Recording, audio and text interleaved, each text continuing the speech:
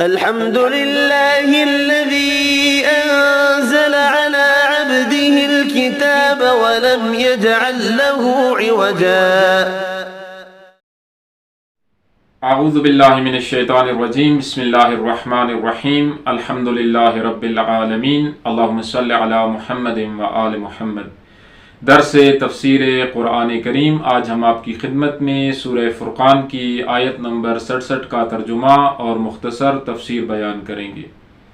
گزشتہ آیات میں اللہ تعالیٰ نے اپنے خاص بندوں کی خاص صفات کا تذکرہ فرمایا ہے، اور اس آیت میں بھی اللہ تعالیٰ اپنے خاص بندوں کی ایک اور خاص صفت کا تذکرہ فرما رہا ہے کہ کس طرح اس کے مخلص بندے جب اس کی نعمتوں کو استعمال کرتے ہیں تو نہ تو ان کی نعمتوں کے استعمال میں اسراف کرتے ہیں اور حد سے تجاوز کرتے ہیں، اور نہ ہی اس کی نعمتوں کے استعمال میں بخل اور کنجوسی سے کام لیتے ہیں، بلکہ وہ راہ اعتدال کو اختیار کرتے ہیں اور میانہ روی اختیار کرتے ہیں۔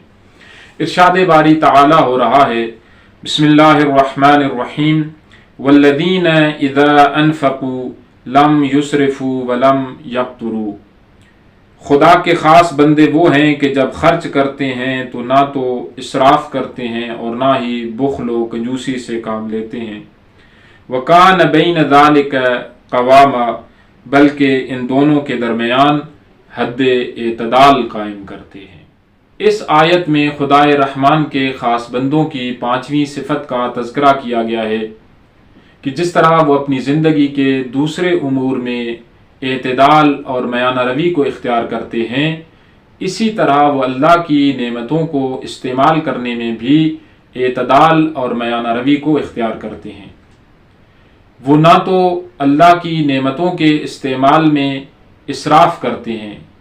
اسراف یعنی کسی نعمت کا حد سے زیادہ استعمال کرنا، ضرورت سے زیادہ استعمال کرنا۔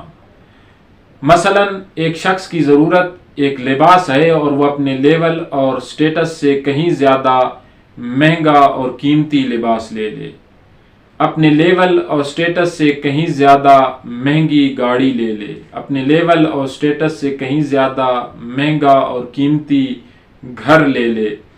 یہ ساری چیزیں اسراف میں آتی ہیں۔ اسراف یہ ہوتا ہے کہ اس میں اس نعمت کو ضائع کیے بغیر حد سے زیادہ استعمال کرنا، اور اسی طرح اسراف کے ساتھ ساتھ اتلاف ہے اس میں، یعنی اللہ کی دی ہوئی نعمت کو ضائع اور تلف کرنا۔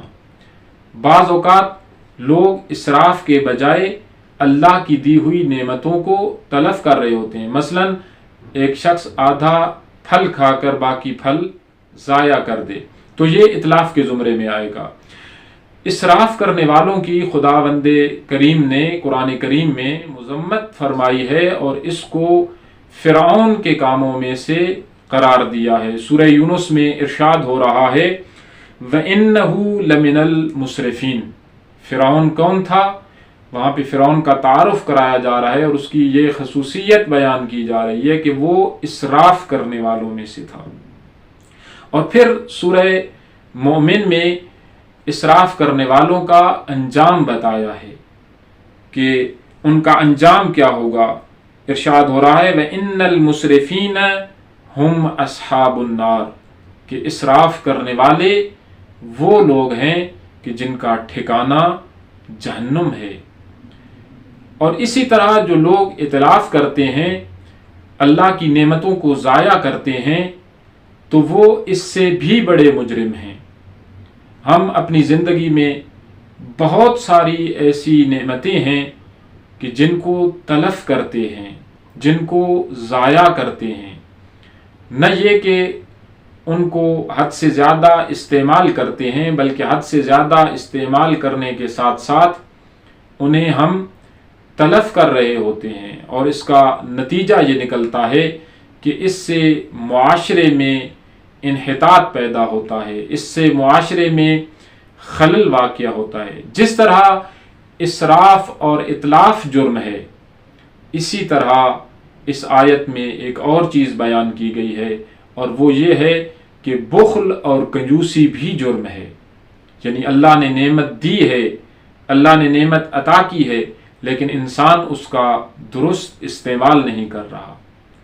اس سے جہاں وہ خود اس نعمت سے استفادہ نہیں کر رہا، بسا اوقات اس سے دوسروں کے حقوق کو بھی تلف کر رہا ہوتا ہے۔ لہذا ہمیں اپنی زندگی کے تمام امور میں اعتدال کا راستہ اپنانا چاہیے۔ کیوں؟ اس لیے کہ دین اسلام ہمیں اعتدال کا راستہ اپنانے کا درس دیتا ہے۔ دین اسلام دین اعتدال ہے، جو نہ تو حد سے بڑھ جانے کا ہمیں حکم دیتا ہے اور نہ ہی حد سے پیچھے رہ جانے کا حکم دیتا ہے، بلکہ دین اسلام ہمیں عدالت کے قیام کا حکم دیتا ہے، عدالت کو اپنانے کا حکم دیتا ہے۔ ہمیں اپنی زندگی کے امور میں جتنی بھی اللہ کی نعمات ہم استعمال کرتے ہیں، چاہے وہ کھانے پینے کی چیزیں ہیں، کھانا ہے، پانی ہے، رہنے سہنے کی چیزیں ہیں، یا دیگر جتنی بھی چیزیں ہیں، اللہ کی نعمات جن کو ہم اپنے روزمرہ استعمال میں لے کر آتے ہیں، جتنی بھی نعمات ہیں، ہمیں یہ دیکھنا چاہیے کہ اللہ نے ہمیں ان نعمتوں کا مالک ضرور بنایا ہے، لیکن ان کے استعمال کے لیے اس نے ہمارے لیے حد اور حدود کو معین فرمایا ہے، اور ہمیں ان حدود کے اندر رہتے ہوئے ان نعمتوں سے استفادہ کرنا ہوگا۔ دعا ہے اللہ تعالی ہمیں اس قرآن مجید کو پڑھنے، سمجھنے اور اس پر صحیح معنوں میں عمل پیرا ہونے کی توفیق نصیب فرمائے۔ والسلام علیکم ورحمۃ اللہ